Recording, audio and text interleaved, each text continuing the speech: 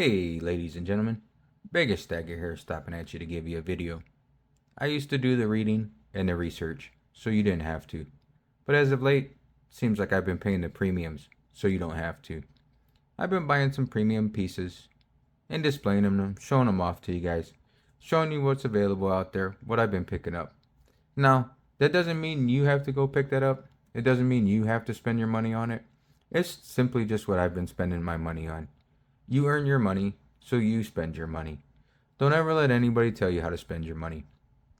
That's not fair to you. That's not fair to them to tell you that either. With all that being said, let's get to the video. I recently went to a coin show here in Las Vegas. I met up with Liberty Bleed Silver before the show so he could show me the ropes. Before you go in the show, you register, you give them your information, give them your ID, they write, put your address down, your email, so they can send you stuff when the next show comes up. And then it makes it easier to get into the next show. You get a little lanyard, you get this little piece here, put it around your neck, and you can walk around in there. Pretty cool. It's unique. Before the show, I met up with Liberty Bleed Silver, like I said. When I found my 1983 Engelhard Prospectors, he asked me to pick him up one. So I did just that. And when I picked him up one, here's what I picked him up. It was a 1983 Engelhard Prospector. Nothing, it's collectible. The 1983 is a sought after year. It's a, what do they call that? It's a key date. There you go. It's a key date. That's the phrase I was looking for. So we did a trade before the show. If you go onto his channel, Liberty Bleeds Silver, he has a short of the interaction of the exchange. I was half asleep and a little overwhelmed, so I didn't do much video of the exchange. I had about an hour and a half nap before I went. So we did the exchange. He gave me his little poker chip, which is really awesome. This is my first poker chip, so Liberty, you're the first, brother. He gave me a little bag, one of his little swag bags. Actually, he gave me two. One that he did the little wax pour on it and everything. And then in there, he gave me some more swag. Brought some stickers with him. Some Liberty Copper stickers. And then, of course, some of his stickers. This community is big on stickers, which, hey, why not? We're all big kids all over again. So he put a little notes on the back of them. Some more copper bleeds. Then this is ones that he's given out to his mods on his channel. Really cool logos. Really cool stickers. Not really sure where to put the stickers. Don't really have a place in my office yet for them. But I'll figure something out. That was really awesome of him to bring the stickers in the swag bag. Very thoughtful. This silver tube community is really thoughtful. Really awesome. Words don't explain it. So I told him to bring me a couple pieces. He had a couple different options that I could choose from, because he knows what the value of those Engelhard bars or rounds are. He brought me this Morgan. My camera's having a hard time focusing here as of late. He brought me this Morgan 1 ounce bar. This is what I chose. He had a couple different options, but I don't have these little 1 ounce bars yet, so I figured why not. And he also brought me this Johnson Matthey 1 ounce bar. So I don't have any Johnson Matthey bar, so this is what I chose. So Liberty, you were the first one that I got a poker chip from, and you were the first one to give me a Johnson Matthey bar. Greatly appreciate you, man. You're the best. If you guys haven't subscribed to his channel, go check his channel out. He's got some unique stuff and some great videos. So after that exchange, we go into the coin show. And I have to admit, and I have to apologize, but I didn't get any video of the coin show. Frankly, I was just overwhelmed. I didn't know where to go. I didn't know where to turn. But I had my guide, Liberty Bleed Silver. He guided me through and helped me out. They had numismatics everywhere. They had paper. They had bullion. They had coins. They had rounds. They had anything that you could imagine. So I tried to make a pattern around the show. Start in one area and go around and hit all the tables. I should have counted the tables for you guys, but there was a lot. Being my first coin show, I didn't know what to expect. I didn't know what to look for. So I started at one table and tried to work my way around and figure out what I wanted to pick up. In doing so, I ended up doing circles, and I got a little dizzy. I didn't know where to go. My head was spinning. I didn't know what to pick up. I didn't know what to buy. But I did take 5 of the 1983 Engelhard Prospectors in with me, because I figured, hey, I don't need them. I figured I'd put them up in a trade. No need for me to hoard prospectors that I don't need. I have made my collection, and I figured I would pass on the rest of them to somebody that needs to complete their collection. So in doing so, I made my way around this show, and I found a table that had some Engelhard Prospectors. So I thought maybe it was my opportunity to see if they'd be willing to trade for my 1983, since they didn't have that year. I asked if they're actually, Liberty Bleeds asked if they did trades. They said, yeah, they're open to trades. And while I was talking to the vendors, I actually met Arturo, one of my viewers. He recognized my voice, so I got to meet him. It was great meeting you, Art, and I hope you enjoyed your show. It was the first show for him as well, so that was cool meeting one of my subscribers and him recognizing my voice. That's pretty cool. So, in talking to the vendor, I asked him if he'd be interested in the Engelhard rounds. He said, yeah, he's up for a trade. He's like, what were you thinking? So, in negotiating, I always like to see what they're thinking first. So I asked him what he would offer if I were to sell them.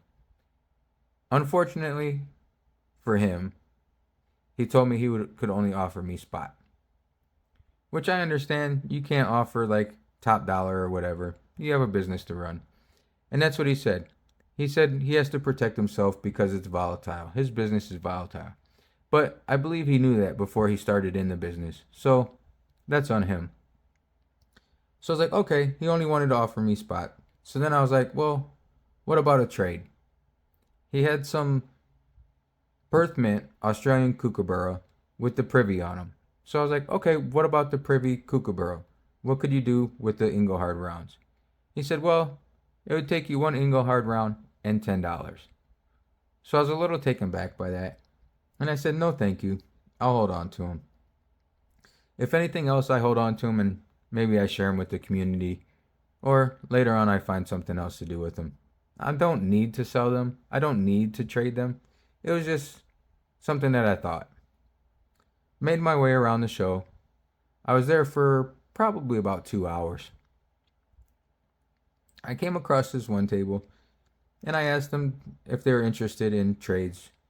And they said, of course. The lady was there. Her name was Diana. She was very nice. She talked with me, showed me what they had in their case, and I showed them the prospector rounds. The gentleman she spoke to, he wasn't real sure about them. He says, well, are they a key date? I responded, yes, of course. He said he really wasn't interested, which I understand, because I believe they're into more numismatic stuff.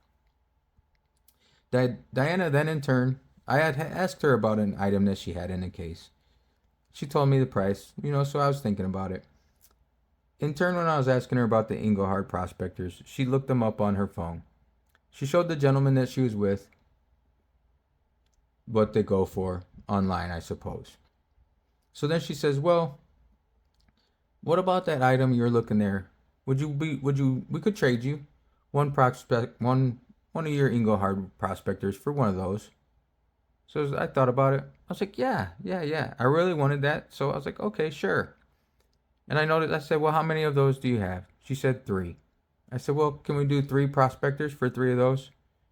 She didn't really hesitate. She was like, yeah, we could do that. So we made the transaction. Diana was really nice. And I got their business card. I let her know that I have a channel. And she seemed excited that I was going to display them on the channel. I wish I would have got a video of the transaction, but like I said, I was tired. Come on, why won't my thing focus here? Sorry about the technical difficulties. There we go. This is their business card. So she seemed excited and she immediately looked up my channel and subscribed. So thank you, Diana, and thank you for the great deal. If you guys are in the Chandler, Arizona area, which is around the Phoenix area, I believe she said they mainly do by appointment only.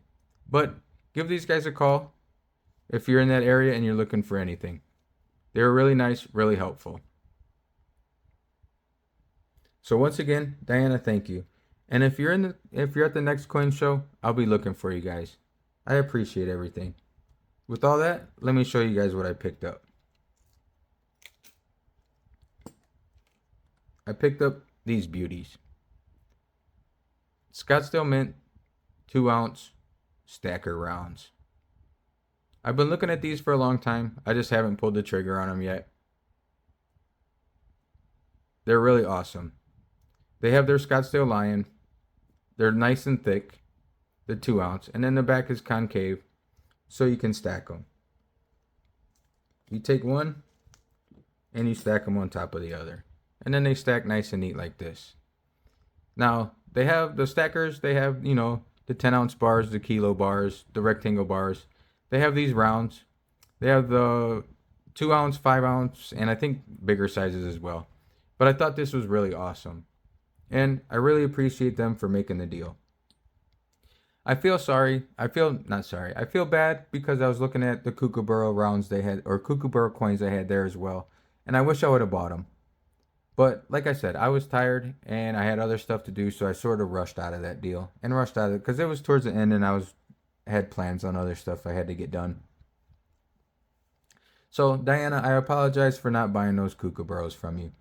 But if I see you in November at the next show, I'll be making a purchase from you guys. I greatly appreciate everything you guys did. I appreciate you subscribing and watching the channel as well. With all that being said, guys, I really enjoyed the coin show.